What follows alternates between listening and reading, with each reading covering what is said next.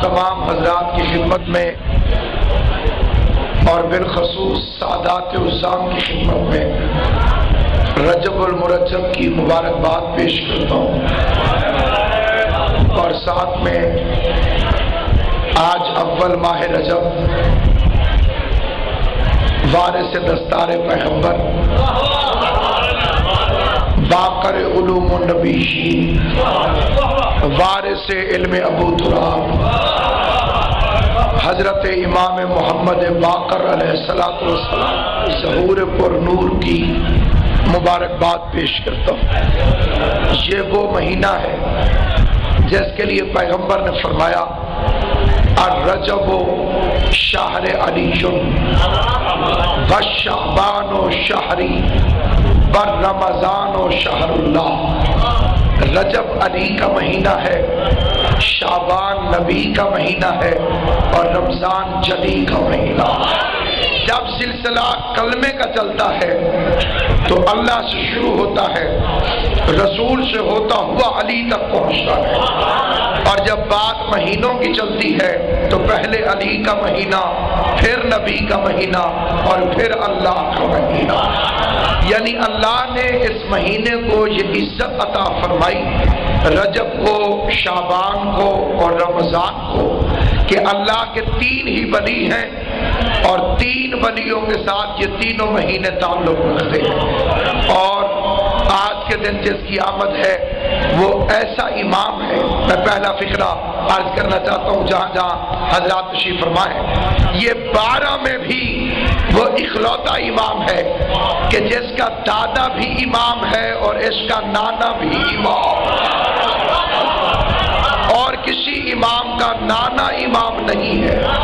دادا تو امام ہے لیکن کسی اور امام کا نانا امام نہیں ہے، خود بھی امام، باپ بھی امام، دادا بھی امام، نانا بھی امام۔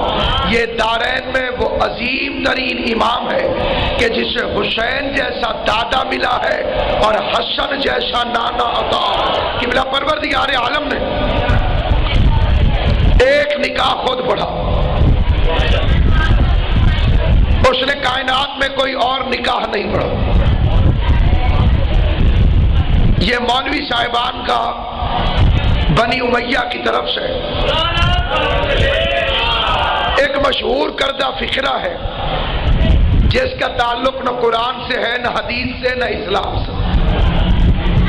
اسے بنی امیہ نے ایجاد کیا، اور اس دور کا میڈیا بھی اس فقرے کی تشریح کرتا ہے، اس فقرے کی تبلیغ کرتا ہے، حالانکہ اس میں صداقت کا ایک قطرہ بھی نہیں، جسے سمندر بنا کے پیش کر دیا گیا۔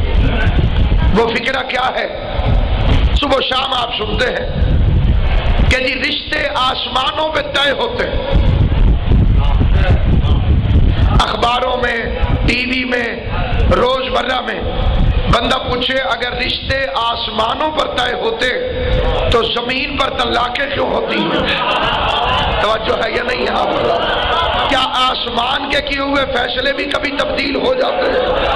زمین کے فیصلے تو بدلتے ہیں، آسمان کے فیصلے کبھی نہیں بدلتے۔ جنہیں دنیا زمین پہ بناتی ہے وہ آج زندہ باد، کل مردہ باد، لیکن آدم کو اللہ نے آسمان سے نبی بنا کے بھیجا۔ کیا کسی نبی کی نبوت کو اللہ نے کبھی ختم کیا؟ کیا کسی امام کی امامت کو اللہ نے ختم کیا؟ کیا کسی ولی کی ولایت کو اللہ نے کبھی ختم کیا؟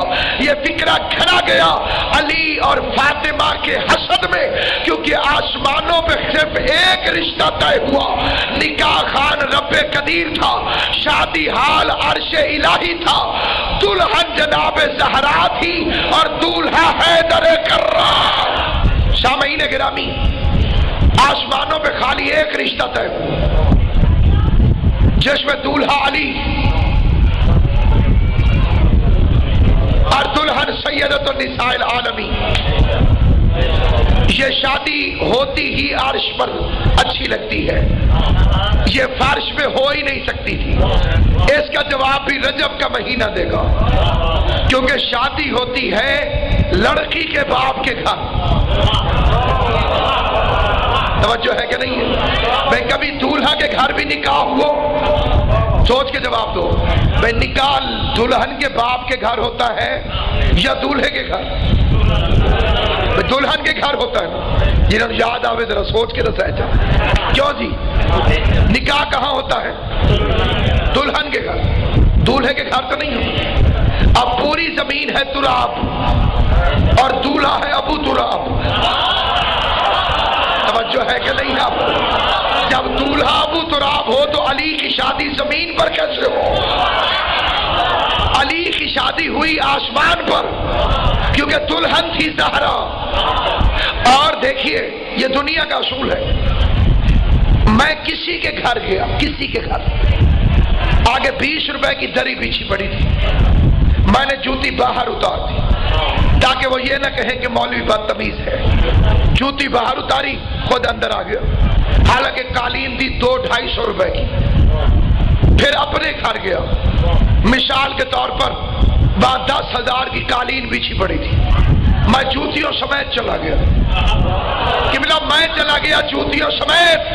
اپنا گھر جو تھا, اپنے گھر کی علامت یہی ہے کہ انسان وہاں جوتیوں سمیت چلا جاتا ہے. اگر عرش دلہن کے باپ کا گھر نہ ہوتا تو معراج میں محمد جوتیاں پہن کے کیوں چلا؟ مولوی کو آج تک یہ سمجھ نہیں آیا کہ نبی معراج پر گیا تھا کہ نہیں گیا تھا. اور تاریخ کہتی ہے خالی نبی نہیں گیا, 2 جوتیاں بھی معراج پر گئی. 2 جوتیاں, ایک محمد کے قدموں سے لپٹ کر, ایک علی کے قدموں سے لپٹ کر. ایک جوتی کو محمد صاف کرتے, مصطفیٰ کی جوتی ہے.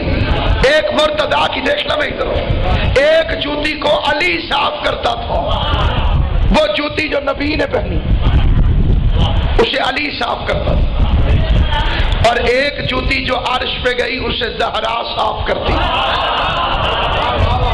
فکر عرض کرنا چاہتا ہوں, لیکن یہ فکرے ہیں سورہ مبارک اعراف کے, جس میں خدا فرماتا ہے ہم زمینوں کا ظرف دیکھ کے بارشیں برساتے ہیں. جب وادی میں ظرف نہ ہو تو کس طرح سے؟ جس بندے تک میری آواز جا رہی ہے, ایک جوتی کو نبی پہن کے عرش پہ چلا گیا, ایک جوتی کو علی پہن کے عرش پہ چلا گیا. نبی والی جوتی کو علی صاف کرتا تھا, علی والی جوتی کو زہرا صاف کرتی تھی. تارین قربان کروں, جسے علی صاف کرتا تھا وہ جوتی پردے کے باہر پڑی رہی, جسے بطول صاف کرتی تھی وہ پردے کے اندر. اور یہ ہے کیا؟ عرش میں رسول دیا. عرش کا مطلب ہے تخت, اور بیت کا مطلب ہے گھر. بے جسم ہے, لا مکان ہے, لیسا کمثلہ شیء کا مصداق ہے. مکان میں آتا نہیں, پھر گھر بنا لیا. بندہ پوچھے جب تم نے رہنا ہی نہیں تھا تو گھر بنایا کیوں ہے؟ اگر تو 4 دیواری میں آ جائے تو اللہ ہی نہیں, جو محدود ہو جائے وہ خدا نہیں ہوتا. تو جب تو نے رہنا نہیں تھا تو گھر بنایا کیوں ہے؟ اور جب تو نے بیٹھنا نہیں تھا تو تخت بچھایا کیوں ہے؟ 13 رجب بتا دے گا کہ گھر کس لیے بنایا تھا, 27 رجب بتائے گا کہ عرش کس کے لیے بنایا. جس کے لیے گھر بنایا تھا وہ 13 رجب کو آیا, جس کے لیے عرش سجایا تھا وہ 27 رجب کو نالین سمیت عرش اعلیٰ کی عزت بڑھانے کے لیے. وہ بھی رجب میں, یہ بھی رجب. اسی لیے میرے 4 اماموں کا فرمان, جس کا معراج پر یقین نہیں وہ ہمارا شیعہ نہیں. جس کا معراج پر یقین نہیں, 4 اماموں کا فرمان میں نے پڑھا ہے, ساروں کا فرمان ہو گیا. جس کا معراج پر یقین نہیں وہ ہمارا شیعہ ہی نہیں. پتہ چلا شیعہ کہتے ہی اسے ہیں جس کا میم اور عین کے راج پر یقین ہو. آج کل کوئی نعرہ نہ مارے تو مجھے اتنا دکھ نہیں ہوتا. اس لیے کہ حالات بڑے خطرناک ہیں۔ میں نے کئی سید مصلی کے پیچھے چلتے ہوئے دیکھے۔ ایک شاہ صاحب مجھے ملے، انہیں کہا جی میں بھی شاہ صاحب ہوں۔ میں نے کہا جی بسم اللہ۔ اسے میں علی ولی اللہ نہیں پڑھتا۔ میں نے کہا تجھ میں اور نوح کے بیٹے میں کیا فرق ہے؟ نوح کا بیٹا بھی باپ کو باپ مانتا تھا، لیکن باپ کا مذہب نہیں مانتا تھا۔ کسی سید ہو کہ علی ولی اللہ حزم نہ ہو، آسمانوں میں خالی ایک رشتہ طے ہوا، اور خطبہ نکاح کو خدا نے سورہ رحمان بنا دیا۔ مرج البحرین یلتقیان، ہم نے دو سمندر آپس میں ملا دی۔ پھر اللہ نے عجیب فکرہ کہا، قیامت تک کے مقصروں کا منہ توڑ کے رکھ دیا۔ شادی بھی کرائی، پھر کہتے ہیں بینہما برزخ لا یبغیان، ان دونوں کے درمیان فاصلہ رہتا ہے، لا یبغیان، وہ ایک دوسرے کو چھوتے تک نہیں۔